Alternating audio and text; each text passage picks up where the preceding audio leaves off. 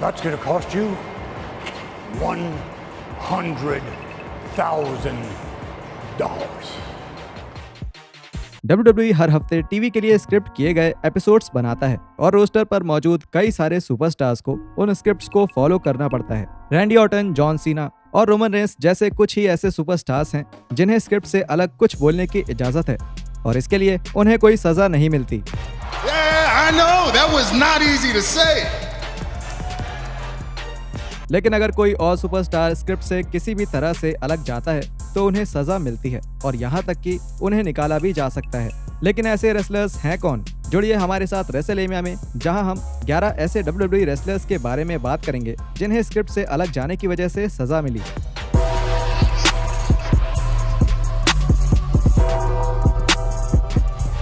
उससे पहले हमारे चैनल को सब्सक्राइब करके नोटिफिकेशन बेल दबाना ना भूलें और एक्सक्लूसिव लिस्ट के लिए हमें फेसबुक पर फॉलो करें।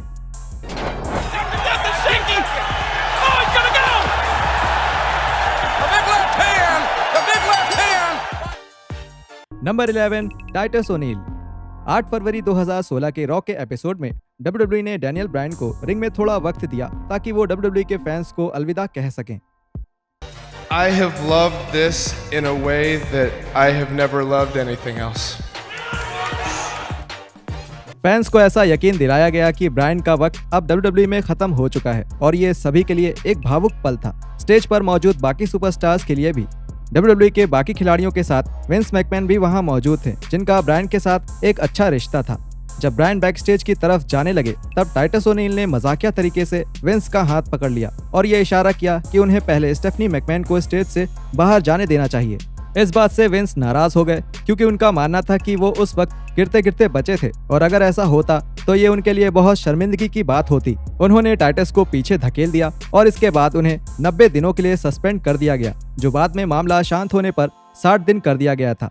एन एंडरसन, जो उस वक्त बैक स्टेज में मौजूद थे, उनके मुताबिक इस हादसे ने विंस को चौंका दिया था और उस दिन ब्रायन के जाने की वजह से विंस काफी भावुक थे, जिसका मतलब ये था कि टाइटस ने विंस को ऐसे छूने के लिए बस एक गलत दिन चुन लिया था। Number 10, Kevin Owens and Sami Zayn. 2017 में ऐसी खबर आई थी कि सैमी ज़ेन और केविन ओवेंस के एक स्मैकडाउन शो के दौरान स्क्रिप्ट से अलग जाने की वजह से WWE के यूरोपियन टूर से सजा के तौर पर घर वापस भेज दिया गया था। रिपोर्ट्स के मुताबिक एक मैच के बाद दोनों ही रेसलर्स को न्यू डे से मार पड़नी थी, लेकिन उन दोनों ने उस स्पॉट को नजरअंदाज कर दिया और अपने लॉकर रूम की तरफ चले गए। ऐसा कभी साफ नहीं हो पाया कि सैमी और ओवेंस ने ऐसा क्यों किया, लेकिन या तो ये इसकी वजह से हो सकता है कि वो ये स्पॉट भूल गए या फिर उन दोनों को ही क्रिएटिव की तरफ से बनाई गई ये योजना पसंद नहीं आई। इस सजा को देखते हुए तो लगता है कि दूसरी बात ही सच है। हालांकि ये सजा बहुत कठोर लगती है, लेकिन इसकी वजह से रोस्टर पर उनकी जगह नहीं बदली गई थी।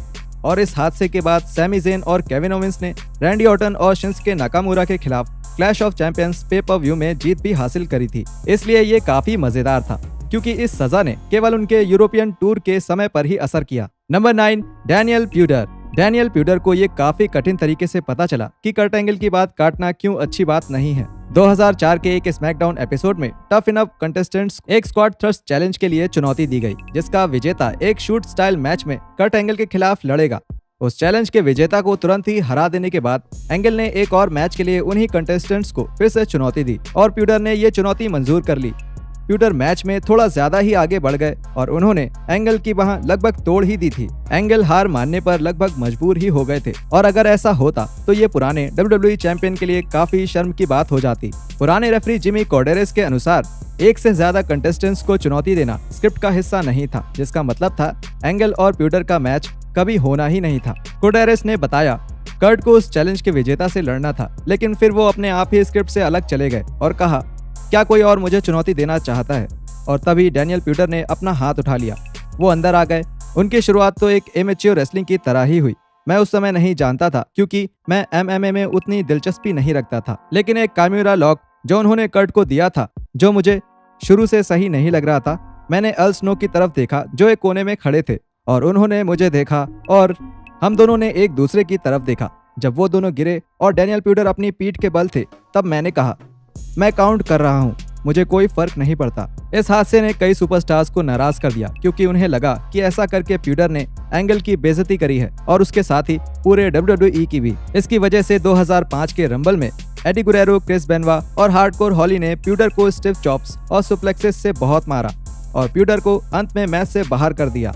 नंबर 8, बिग कैस। WWE में ऐसी आम बात नहीं है कि किसी सुपरस्टार को स्क्रिप्ट से अलग जाने की वजह से सीधा निकाल ही दिया जाए, लेकिन 2018 में बिग कैस के साथ ऐसा ही कुछ हुआ था। कैस को जब निकाला गया तब वो अपने करियर के सबसे बेहतरीन पलों में थे। वो डैनियल ब्रायन के साथ एक फ्यूड में उलझे हुए थे, जिसकी वजह से ब्लू ब्रांड में उन्हें एक टॉप हील की जगह मिल गई थी और ये इस युवा रेसलर के लिए एक बड़ा मौका था। लेकिन मिनी डैनियल ब्रायन के साथ एक सेगमेंट के दौरान कैस ने स्क्रिप्ट से हटकर कुछ करने का फैसला किया। इस सेगमेंट में कैस को ब्रायन के छोटे अवतार को एक बिग बूट मारना था, लेकिन कैस ने उन्हें उसके बाद भी मारना चालू रखा, जिसने विंस मैकमैन को काफी नाराज कर दिया। जैसे ही इस मैच के बाद कैस पीछे पहुंचे, उन्हें विंस ने बहुत सुनाया। इस हादसे के कुछ ही समय बाद कैस को निकाल दिया गया और जाने से पहले उनका आखिरी मैच 2018 में ब्रायन के साथ एक money in the bank match था, जिसमें कैस हार गए। Number 7, coffee Kingston. एक रेसलिंग मैच में हर चीज पहले से तय होती है और एक मैच का नतीजा भी पहले से ही स्क्रिप्टेड होता है। इसलिए जब एक सुपरस्टार स्क्रिप्ट से अलग जाता है और उसकी वजह से मैच का अंत खराब होता है, तो इसके नतीजे बुरे हो सकते हैं। जनवरी 2010 में कोफी किंगस्टन, जॉन सीना और रैंडी ऑर्टन के बीच एक ट्रिपल थ्रेट मैच हुआ था। उस मैच के अंत में ऑर्टन को कोफी किंगस्टन को एक पंक किक मारना था, लेकिन कोफी कुछ जल्दी ही उठ गए, जिसकी वजह से ऑर्टन को मूव बदलना पड़ा और जीतने के लिए कोफी को एक आरकेओ देना पड़ा। इससे रैंडी ऑर्टन बहुत नाराज हुए। हालांकि कोफी का स्क्रिप्ट से अलग जाना सिर्फ एक गलती थी, लेकिन फिर उन्हें टॉप कार्ड से नीचे कर दिया गया। कोफी को रेसलमेनिया 26 में मनी इन द बैंक का विजेता बनाने वाले थे, लेकिन उनकी इस गलती की वजह से इस योजना को रद्द कर दिया गया।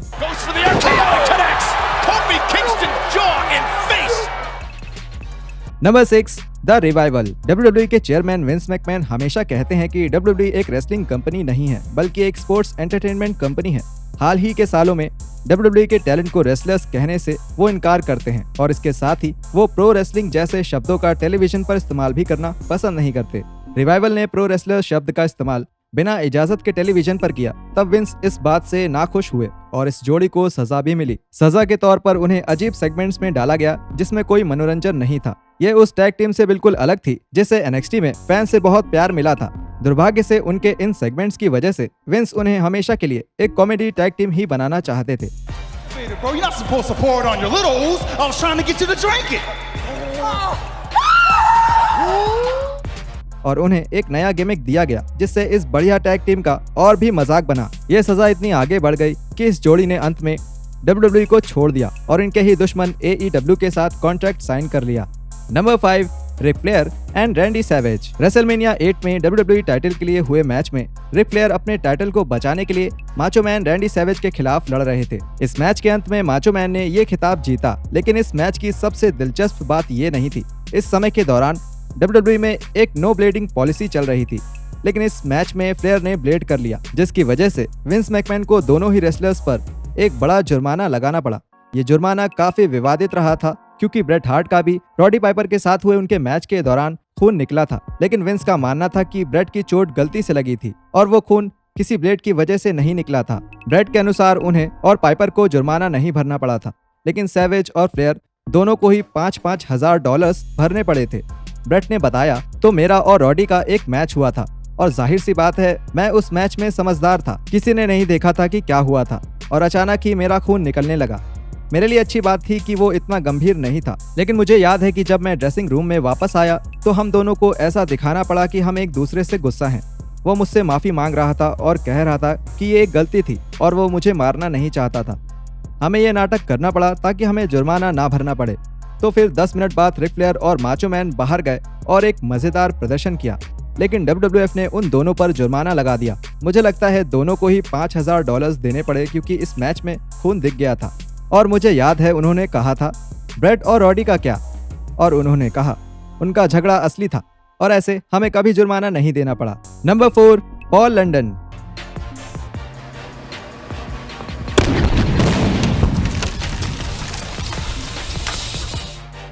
मिस्टर मैकमैन के किरदार की मौत स्क्रीन पर दिखाई जाने वाली स्टोरी लाइन WWE की सबसे विवादित स्टोरी लाइन्स में से एक है और इसकी वजह से एक पुराने टैग टीम चैंपियन के सदस्य को सजा भी मिली थी। मिस्टर मैकमैन की मौत के बाद विंस बैकस्टेज से रॉ के सभी रेसलर्स के बीच से निकलते हुए दिखाए जाते हैं। इस शॉट के दौरान सभी सुपरस्टार्स को बताया गया था कि उन्हें कोई भी हाव भाव नहीं दिखाने थे, लेकिन पॉल ने इस निर्देश का पालन नहीं करने का फैसला किया।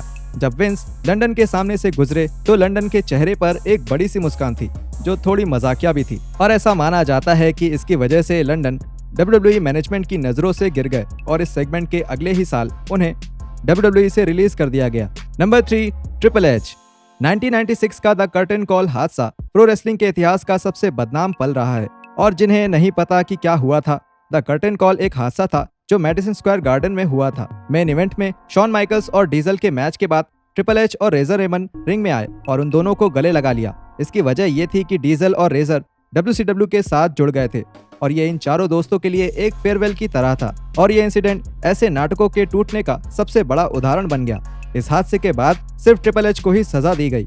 HBK इस वक्त तक WWE के टॉप स्टार बन चुके थे और उन्हें कुछ बोलना अब मुमकिन नहीं था, लेकिन ट्रिपल एच की तरक्की कुछ समय के लिए रुक गई। उस साल का king of the ring triple H जीतने वाले थे, लेकिन वो title stone cold Steve Austin को दे दिया गया और ट्रिपल एच को फिर कड़ी मेहनत से खुद को कार्ड पर ऊपर लाना पड़ा। Number 2, Daniel Bryan. 2010 में जब नेक्सस ने रॉ में अपना डेब्यू किया तो विंस मैकमैन का निर्देश था कि जितनी हो सके उतनी तबाही मचाई जाए। इनसाइड द रोप्स से बात करते हुए वेड बैरेट ने बताया कि विंस मैकमैन ने उन्हें सीधा आदेश दिया कि वेड, तुम बाहर जाओ और सबको तुम्हें फॉलो करने के लिए बोलो, सब तबाह कर दो। मैं चाहता हूँ तुम रिंग के 2 हिस्से कर दो। मैं चाहता हूँ तुम सभी टेबल्स तोड़ दो। मैं चाहता हूँ तुम सिक्योरिटी गार्ड्स को भी मारो, रेफरीज तक को मारो, जेरी लॉलर को और जस्टिन रॉबर्ट्स को भी। नेक्सस की शुरुआत के बाद डैनियल ब्रायन को WWE से निकाल दिया गया था। ब्रायन सभी निर्देश के खिलाफ गए और स्क्रिप्ट से पूरी तरह अलग जाकर जस्टिन रॉबर्ट्स को उन्हीं की टाई से चोक करने लगे। WWE के अनुसार ये PG गाइडलाइंस के सख्त खिलाफ था और ये बहुत बड़ी बात थी। Number 1, Batista. 2008 में जब WWE एक PG प्रोडक्ट बन गया तो WWE के तौर तरीकों में भी काफी बदलाव आए। एक बड़ा बदलाव ये था कि किसी भी तरह का खून किसी भी मैच में मंजूर नहीं था। इसका मतलब ये था कि अगर मैच में सुपरस्टार्स का खून निकलता था तो WWE पूरी तरह उनके पीछे पड़ जाती थी और कड़ी सजा देती थी।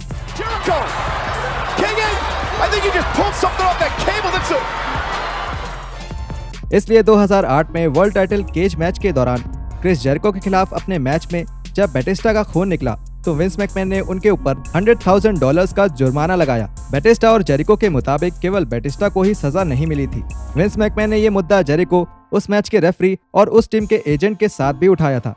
बैटिस्टा ने उन सभी लोगों का जुर्माना भी खुद ही भरा था, जिसकी वजह से वो WWE के इतिहास में सबसे बड़ा जुर्माना भरने वाले रेसलर्स में से एक बन गए।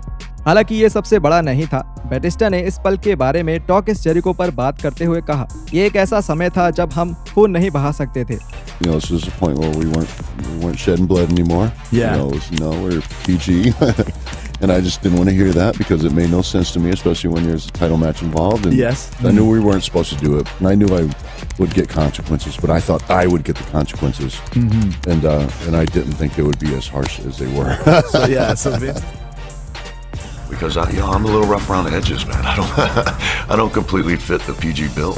और यहाँ खत्म होते हैं हमारे 11 ऐसे WWE रेसलर्स जिन्हें स्क्रिप्ट से अलग जाने की वजह से सजा दी गई। वीडियो के बारे में नीचे कमेंट करके हमें जरूर बताएं और हम मिलते हैं आपसे अगली वीडियो में ऐसे ही और रेसलिंग कंटेंट के साथ।